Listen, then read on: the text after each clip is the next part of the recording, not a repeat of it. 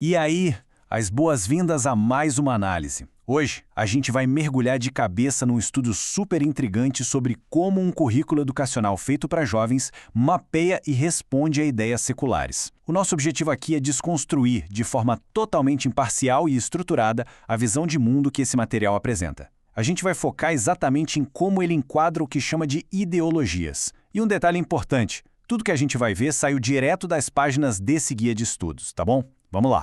Bom, para começar, essa imagem da Bíblia com um escudo capta perfeitamente a premissa central do material.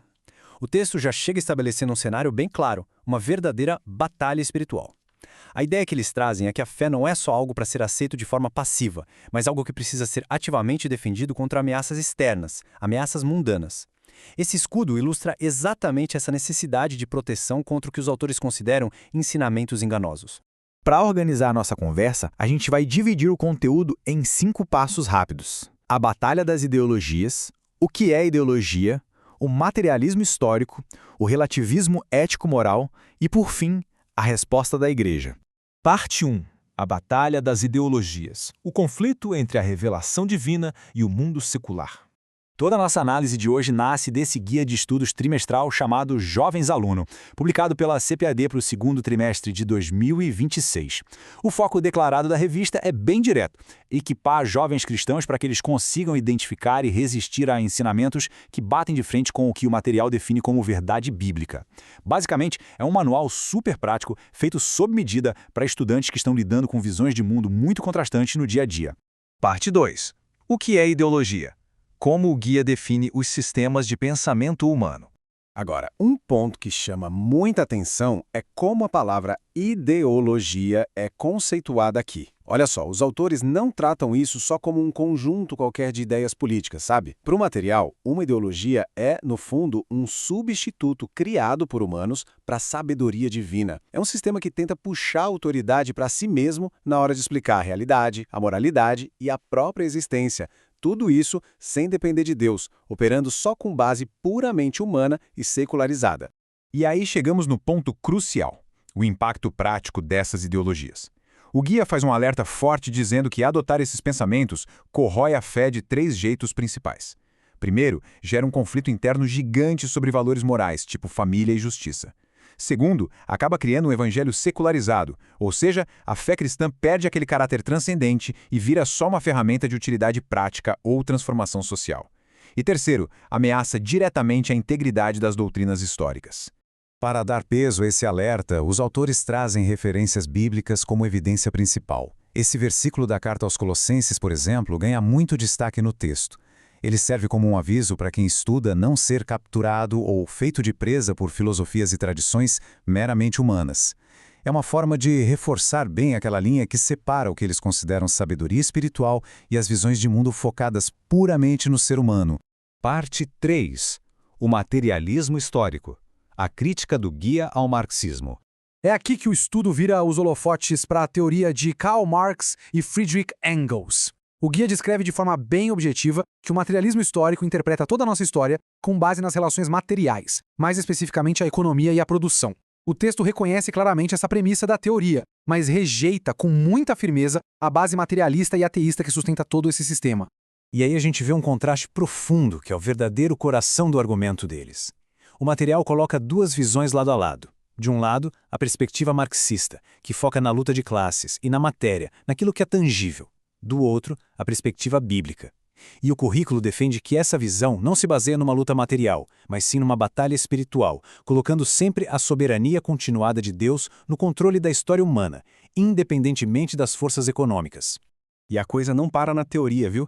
Além de toda essa crítica filosófica, o currículo lista o que eles consideram consequências práticas e graves na sociedade. O argumento é que regimes baseados no materialismo histórico acabaram levando a resultados catastróficos no passado. Isso inclui uma forte perseguição religiosa bancada pelo Estado, tipo fechar igrejas e prender líderes, e também um fracasso utópico imenso, resultando em muita pobreza e na formação de governos autoritários. Parte 4. O relativismo ético-moral. O perigo de uma moralidade sem verdades absolutas. Para entrar nessa seção, o texto levanta uma pergunta implícita que está em todo lugar nos debates de hoje em dia. A verdade é realmente relativa? O currículo encara essa pergunta de frente fazendo uma crítica super direta a maneira como a sociedade moderna costuma lidar com os padrões de comportamento. Olha só, a própria ideia de moral tem sofrido redefinições o tempo todo. Pela definição do currículo, esse relativismo ético-moral é a crença de que os conceitos de certo e errado são totalmente subjetivos. Nessa visão secular que o guia mapeia, a ética vira só uma questão de preferência pessoal, da cultura do momento ou do que a maioria decide. E isso, na visão deles, simplesmente destrói a possibilidade de existir uma verdade inquestionável. E mais uma vez, eles trazem um paralelo bem direto para clarear as coisas no estudo. A perspectiva relativista promove essa moralidade mais fluida e subjetiva, certo? Em oposição total a isso, entra a perspectiva cristã, que se apoia em verdades absolutas e transcendentes. O grande ponto aqui é que, segundo o texto, os princípios morais não são inventados ou adaptados pela humanidade. Eles vêm diretamente de uma natureza divina que não muda nunca. E isso nos leva à base que eles usam para bater de frente com essa moralidade fluida. Os autores usam uma passagem do livro de Isaías para condenar sem rodeios o que chamam de tendência relativista de inverter categorias vitais. O texto avisa que, quando a gente se recusa a manter padrões claros e definidos, acaba inevitavelmente justificando comportamentos superdestrutivos e esvaziando totalmente os conceitos do que seria virtude ou pecado.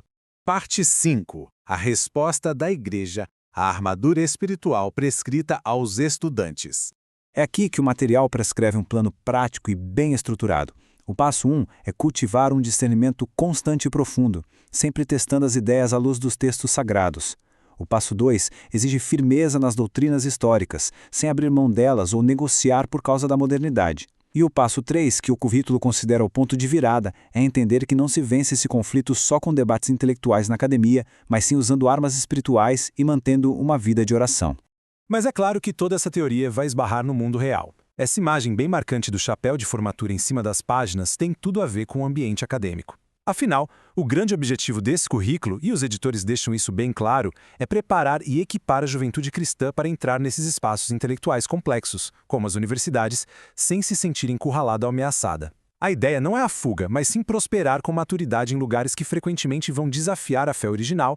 E para amarrar a nossa análise, fica aqui um questionamento muito forte que resume a tese final dos autores. A verdadeira e duradoura transformação da sociedade vem da imposição de novos sistemas políticos, ou ela nasce de uma regeneração interna e espiritual das pessoas? É uma provocação e tanto, né? Ela fecha perfeitamente as distinções que a gente viu ao longo do material examinado hoje. Fica essa reflexão profunda para todo mundo pensar. Muito obrigado para quem acompanhou e até a próxima!